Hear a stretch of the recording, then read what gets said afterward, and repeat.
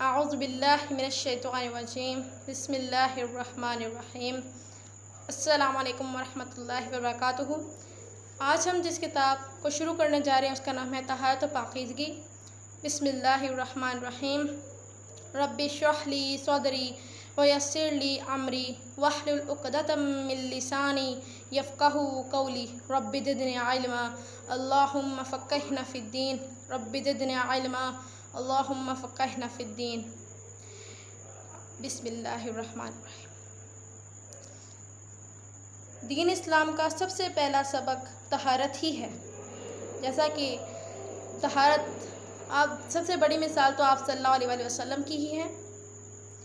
اسلام کی سب سے اہم اور بنیادی رکن نماز کے لیے رسول اکرم صلی اللہ علیہ وآلہ وسلم نے جسم کی طہارت، لباس کی طہارت اور جگہ کی طہارت بنیادی شرائط مقرر فرمائی ہیں، لیکن اس کے باوجود ہر نماز سے پہلے وضو کرنے کا حکم، پہلے سے وضو ہو تو دوبارہ کرنے کی ترغیب، ٹیک لگا کر نیند آ جائے تو وضو کرنے کا حکم، یہ سارے احکامات نہ صرف کہ ہر مسلمان کو شعوری طور پر طہارت کے بارے میں احساس بنا کر پاک، صاف اور ستھرا رہنے کی عادت ڈالتے ہیں، بلکہ ہر مسلمان کے ذہن میں طہارت کا ایک ایسا تصور قائم کرتے ہیں کہ طہارت اور پاکیزگی کی حالت میں ہر مسلمان اپنے جسم اور روح کی کیفیت کو علامت عام حالات سے ممتاز سمجھنے لگتا ہے۔ اگر کہیں پانی میسر نہ ہو، جیسے کہ آپ جانتے ہیں کہ اللہ تعالیٰ نے کہیں مشکلات نہیں رکھی، ہر جگہ آسانیاں۔ ابھی لوگ جیسے کہ اگر پانی میسر نہ ہو تو تیمم کرنے کا حکم دیا جاتا ہے، مٹی سے تیمم کرنے کا حکم دے کر نفسیاتی طور پر طہارت کے ایسے احساس کو برقرار رکھا گیا ہے جو اللہ تعالیٰ کے حضور حاضری دینے کے لیے ضروری ہے۔ اللہ تعالیٰ نے قرآن مجید میں ہر نماز سے پہلے وضو کر کے مختلف اعضاء کو اچھی طرح دھونے اور صاف کرنے کی غرض و غایات بیان فرمائی ہیں کہ اس سے اللہ تعالیٰ تمہیں پاک اور صاف رکھنا چاہتا ہے، جس کے لیے تمہیں اس کا شکر گزار ہونا چاہیے۔ ایک جگہ فرمایا گیا ہے کہ ایک صحابہ بکھرے ہوئے بالوں کے ساتھ تشریف لائے اور اسے فرمایا گیا، جب اسے دیکھا تو فرمایا اپنے آپ کو اور اپنے بالوں کو سنوار کے رکھو۔ دوسری بار تشریف لائے اور فرمایا کہ گندے بال شیطان کا فعل ہے۔ دوسری طرف فرمایا گیا ہے ایک صحابہ بہت میلے کو چلے، تشریف لائے، فرمایا کہ تمہارے پاس مال نہیں ہے؟ فرمایا آپ صلی اللہ علیہ وسلم نے فرمایا کہ تمہارے پاس مال نہیں ہے؟ فرمایا نہیں، میرے پاس تو بہت مال ہے، اونٹ، گوشت، بکریاں، ہر طرح کا مال ہے میرے پاس۔ تو پھر فرمایا کہ اپنے رہن سہن سے اللہ تعالیٰ کے انعامات کا اظہار ہونا چاہیے۔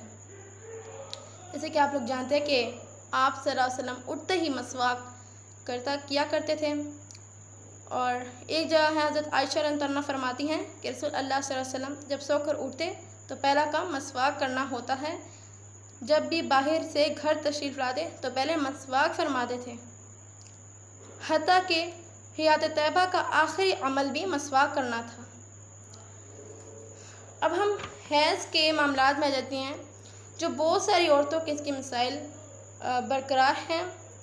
بہت ساری عورتیں حیض کے بارے میں اور اس کی صفائی کے بارے میں کچھ نہیں جانتی۔ ایک اسٹوڈنٹ تھی جس کو میں نے دیکھا تھا اور میں نے اسے آبزرو کیا، اس نے بات کی کہ اس کی چھوٹی سی عمر میں اس کی شادی کر دی گئی تھی، اور اس کے اچانک سے حیض آ گیا، اس بچی کو پتہ بھی نہیں ہے کہ اسے کیا ہوا ہے۔ وہ سمجھنے لگی کہ مجھے اللہ کا عذاب آ گیا ہے، عجیب باتیں کرنے لگی کہ میں نے کوئی گندا کام کیا ہے، میں نے کوئی برا کام کیا ہے، جس وجہ سے میں یہ کر رہی ہوں، وہ گناہ کا کام کیا ہے میں نے کچھ، اس وجہ سے مجھے یہ ہوا ہے۔ تو بعد میں اس نے وہ شرم کے مارے کہ نہ اپنی ماں سے ظاہر کر رہی اور نہ اپنی کسی فرینڈ سے۔ بعد میں وہ بہت پریشان ہو گیا اور بعد میں بتایا گیا کہ یہ تو عام طور پر بیماری ہے۔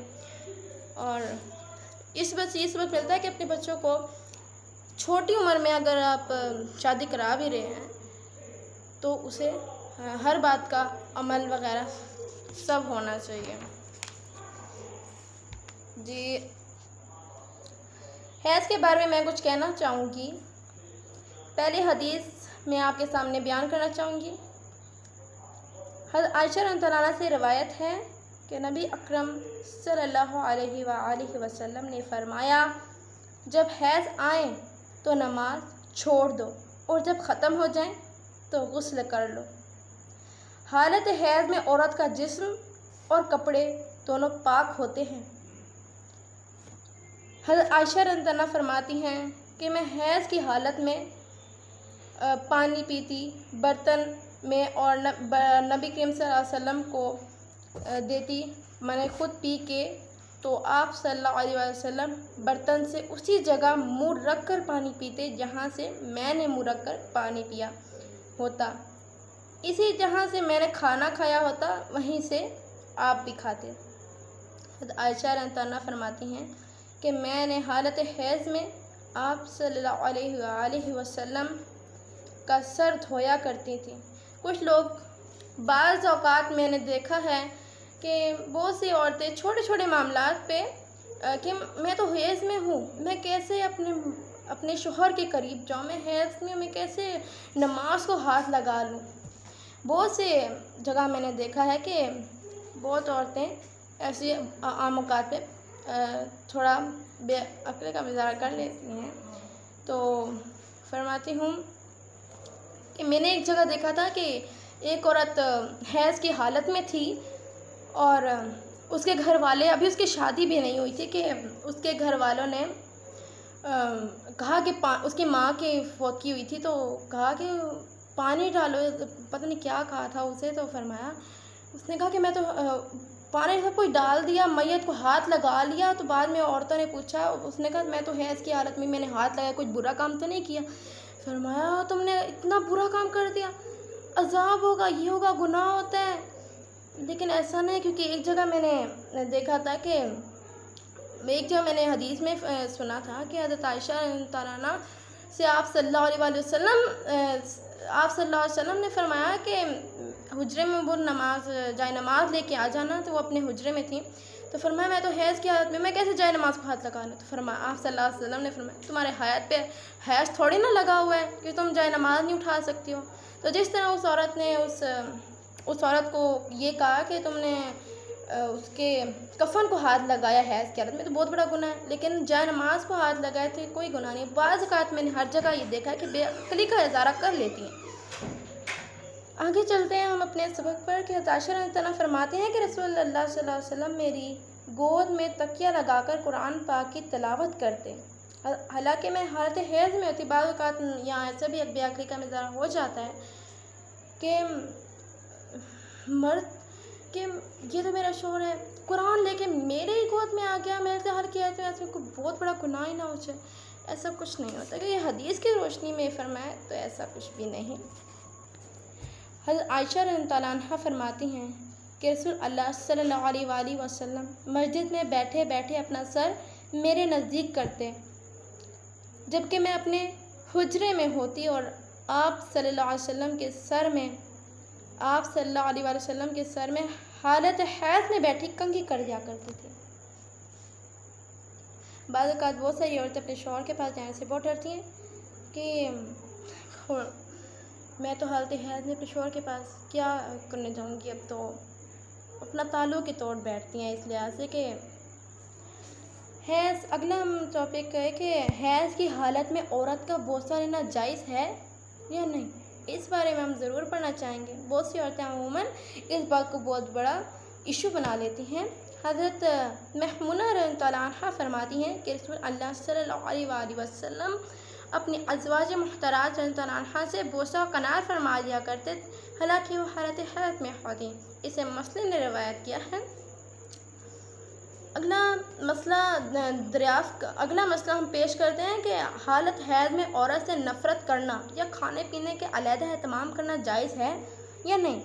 اس لحاظ سے حضرت انس رضی اللہ عنہ کے سے روایت ہے کہ یہودیوں کی ہاں کوئی عورت حیضہ ہو جاتی تو یہودی اس کے ساتھ نہ کھانا کھاتے نہ گھر میں رہتے، یعنی تعلق کے طور پر۔ پہلے میں نے یہ بات عرض فرمائی تھی کہ کچھ عموماً لوگ یہ سوچتے ہیں کہ عورت کو حیض ہو کے تالوں کے توڑ بیٹھنا، اس کا مطلب سمجھ جاتے ہیں کہ عورت کے پاس جانا ہی نہیں ہے، ایسا کچھ نہیں۔ آگے حدیث کا اگلا، صحابہ کرام رضی اللہ تعالیٰ نے رسول اللہ صلی اللہ علیہ وسلم سے مسئلہ دریافت کیا کہ کہ یہودیوں کے ہاں کوئی عورت حیضہ ہو جاتی تو یہودی اس کے ساتھ نہ کھانا کھاتے نہ گھر میں رہتے، تو اللہ تعالیٰ نے یہ آیت نازل فرمائی کہ لوگ آپ صلی اللہ علیہ وسلم سے حیض کے بارے میں مسئلہ دریافت کرتے ہیں، ان سے کہہ دیجئے کہ وہ ایک بیماری کی حالت ہے، لہذا اس میں عورتوں سے علیحدہ رہیں۔ ضروری ہے۔ اگلا ہمارا مسئلہ ہے کہ حیضہ طواف کے علاوہ باقی سارے مناسک کے حج ادا کر سکتی ہے یا نہیں۔ حضرت یہ میں آپ کو حدیث کی روشنی میں بیان کرنا چاہوں گی۔ حضرت عائشہ رضی اللہ عنہا فرماتی ہیں کہ ہم رسول اللہ صلی اللہ علیہ وآلہ وسلم کی رفاقت میں حج کے ارادے سے نکلے، مقام صرف پر مجھے حیض شروع ہو گیا۔ رسول اللہ صلی اللہ علیہ وآلہ وسلم میرے پاس تشریف لائے، میں اس وقت رو رہی تھی۔ آپ صلی اللہ علیہ وسلم نے پوچھا کیا بات ہے؟ میں نے عرض کیا اگر میں اس سال حج کا ارادہ نہ کرتی تو اچھا ہوتا۔ آپ صلی اللہ علیہ وآلہ وسلم نے فرمایا شاید تمہیں حیض آیا ہے؟ میں نے عرض کیا ہاں۔ رسول اللہ صلی اللہ علیہ وآلہ وسلم نے فرمایا یہ ایک ایسی چیز ہے جو اللہ تعالیٰ نے آدم علیہ السلام کی بیٹیوں میں لکھ دی ہے، لہذا جب تک پاک نہ ہو جاؤں بیت اللہ شریف کا طواف مت کرو، باقی سارے مناسک حج ادا کرو۔ اسے بخاری نے روایت کیا ہے۔ عموماً جس وجہ سے عورتیں اپنے دین میں پیچھے رہ گئی ہیں اس کے عموماً وجہ بالکل یہ حیض ہی ہیں، جس کی وجہ سے وہ اپنے بلکہ مرد سے اپنے اعمال آگے نہیں لے جا سکتی، وہ حیض ہی دراصل ہے کہ دین میں پیچھے رہی ہوئی ہیں۔ حیضہ نماز پڑھ سکتی ہے لیکن نہ روزے رکھ سکتی ہے، یا مطلب کہ پوچھا جا رہا ہے کہ حیضہ نماز پڑھ سکتی ہے یا نہیں۔ ظاہر سی بات ہے حیضہ نماز نہیں پڑھ سکتی، نہ روزے رکھ سکتی ہے، ہاں لیکن روزے دوبارہ اگر اس مہینے نہیں رکھ پا رہی تو اگلے مہینے ریپیٹ میں رکھے، لیکن آپ پر نماز وہ دوبارہ نہیں پڑھ سکتے، نماز جو ہوگی وہ ہوگی۔ حیض شروع ہوتے ہی روزہ ختم ہو جاتا ہے، خواہ سورج غروب ہونے سے ایک لمحہ پہلے کیوں نہ ہو۔ ظاہری سی بات ہے حیض کی وجہ سے روزہ ختم ہونے کے بعد کھانا پینا جائز ہے، البتہ اس روزے کی قضا واجب ہے، جیسا کہ میں نے فرمایا کہ روزے کی قضا دینی پڑتی ہے لیکن نماز کی کوئی قضا نہیں۔ اگر کوئی عورت رمضان میں فجر کی اذان سے پہلے حیض سے پاک ہو اور غسل کا وقت نہ ہو تو پہلے روزہ رکھ کر بعد میں غسل کر سکتی ہے۔ حضرت ابو بکر بن عبد الرحمن رضی اللہ عنہ سے روایت ہے کہ میں اپنے والد کے ساتھ حضرت عائشہ رضی اللہ عنہ کی خدمت میں حاضر ہوا۔ ہمارے سوال کے جواب میں حضرت عائشہ رضی اللہ عنہ نے فرمایا میں گواہی دیتی ہوں کہ آپ صلی اللہ علیہ وآلہ وسلم احتلام کی وجہ سے نہیں بلکہ جماع کی وجہ سے حالت جنابت میں صبح کرتے پھر غسل کیے بغیر روزہ رکھتے۔ اس کے بعد ہم دونوں حضرت ام سلمہ رضی اللہ عنہ کی خدمت میں حاضر ہوئے تو انہوں نے بھی ویسا ہی کہا جس طرح حضرت عائشہ رضی اللہ عنہ نے بیان کیا۔ کپڑے پر حیض کے خون کا داغ لگ جائے تو اتنی جگہ دھو کر اسی کپڑے میں نماز ادا کی جا سکتی ہے۔ حضرت عائشہ رضی اللہ عنہ فرماتی ہیں کہ جب ہم میں سے کسی کے کپڑے حیض کے خون سے آلودہ ہو جاتے تو غسل کے بعد ہم خون کپڑے سے کھرچ کر دھو ڈالتی، پھر وہ جگہ پانی سے جیسے کہ فرمایا کہ دھو ڈالتی اور سارے کپڑے پر پانی چھڑک کر اس میں نماز پڑھ لیا کرتی۔ اسے بخاری شریف نے۔ اب میں وضو کے مسائل کے بارے میں بھی بتانا چاہوں گی کہ وضو کے بغیر نماز قبول تو ہوتی ہی نہیں ہے۔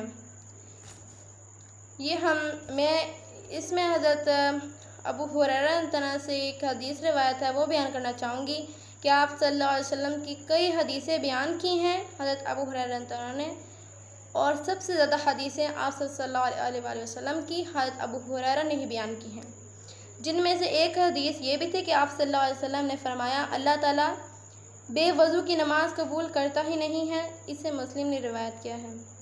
وضو سے قبل بسم اللہ پڑھنا ضروری ہے۔ حضرت سید بن زید رضی اللہ عنہ کہتے ہیں کہ رسول اللہ صلی اللہ علیہ وسلم نے فرمایا، جس نے وضو سے پہلے بسم اللہ نہ پڑھی اس کا وضو ہوتا ہی نہیں ہے۔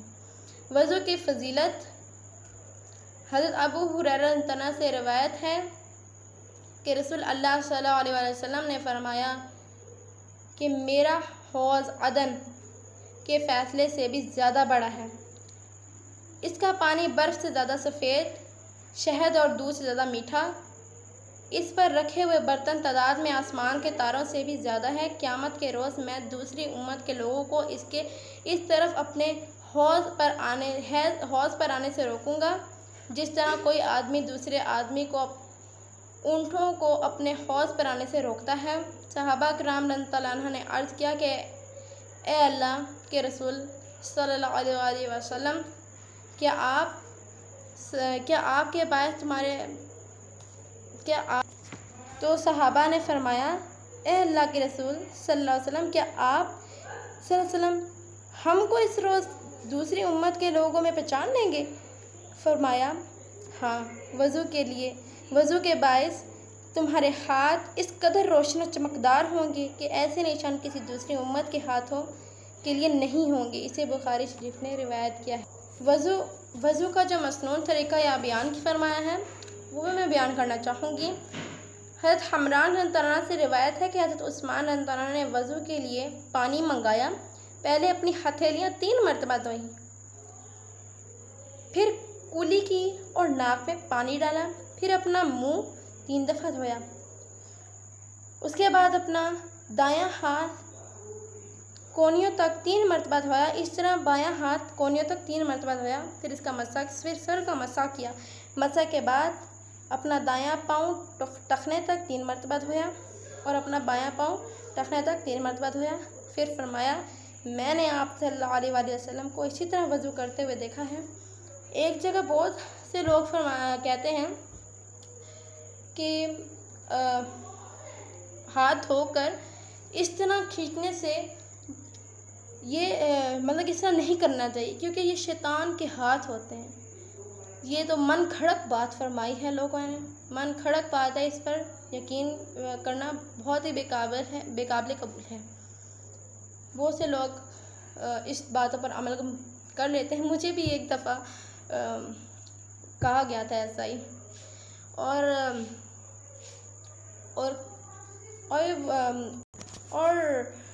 اب میں اگلا مسئلہ آپ کے سامنے بیان کرنا چاہوں گی۔ وضو کے بعد مندرجہ ذیل دعا پڑھنا مسنون ہے۔ حضرت عمر بن خطاب رضی اللہ عنہ کہتے ہیں کہ آپ صلی اللہ علیہ وسلم نے فرمایا، اگر کوئی شخص مکمل وضو کر کے یہ دعا پڑھ لے، اشہد ان لا الہ الا اللہ وحدہ لا شریک لہ واشہد ان محمدا عبدہ ورسولہ، میں گواہی دیتی ہوں اللہ تعالیٰ کے سوا کوئی الہ نہیں، اس کا کوئی شریک نہیں، میں گواہی دیتی ہوں کہ محمد صلی اللہ علیہ وسلم اللہ کے بندے اور اس کے رسول ہیں، تو اس کے لیے جنت کے 8 دروازے کھول دیے جاتے ہیں اور جس سے چاہے وہ داخل ہو جائے۔ اب میں کانوں کے مسح کے مسنون طریقہ بھی آپ کو بتانا چاہوں گی۔ عبداللہ بن عباس رضی اللہ عنہ وضو کا طریقہ بتاتے ہوئے فرماتے ہیں کہ آپ صلی اللہ علیہ وسلم اپنے سر کا مسح کیا اور اپنی شہادت کی دونوں انگلیوں سے کانوں کے اندر اپنے دونوں انگوٹھوں سے کانوں کے باہر کے حصے کا مسح کیا۔ اسے نسائی نے روایت کیا ہے۔ اگلی بات، پگڑی پہ بھی مسح جائز ہو جاتا ہے، لیکن ہاں ایک بات کہ یہ جو عورتوں کے اس طرح کے اسکارف ہوتے ہیں اس پر مسح نہیں ہوتا، لیکن پگڑی پر مسح کیا جا سکتا ہے۔ حضرت مغیرہ بن شعبہ رضی اللہ عنہ سے روایت ہے کہ نبی کریم صلی اللہ علیہ وسلم نے وضو کرتے ہوئے پیشانی کے بال، پگڑی اور موزوں پر مسح کیا۔ اس نے مسلم نے روایت کیا ہے۔ امید ہے کہ آپ کو میرا آج کا ٹاپک بہت اچھا لگا ہوگا۔ طہارت کے مسائل کافی بہت سارے لوگ ہوتے ہیں جن کو اس کے بارے میں کوئی علم نہیں ہوتا، اور امید ہے کہ آپ نے ان چیزوں سے بہت سارے سبق سیکھے ہوں گے۔ پہلا سبق یہ کہ کسی کی یہ جو من گھڑت باتیں جو لوگ کرتے ہیں کہ ہاتھ دھونے بغیر ہاتھ جب دھو لیے جائیں تو اس کو ایسے چھڑکیں تو پھر یہ شیطان کے پنکھ ہوتے ہیں اگر آپ ایسا کرو تو. ایسا کچھ بھی نہیں ہے. اور امید ہے کہ آپ کو میری یہ ویڈیو بہت اچھی لگی ہوگی. اسے سبسکرائب کرنا بالکل مت بھولیے گا. السلام علیکم ورحمۃ اللہ وبرکاتہ.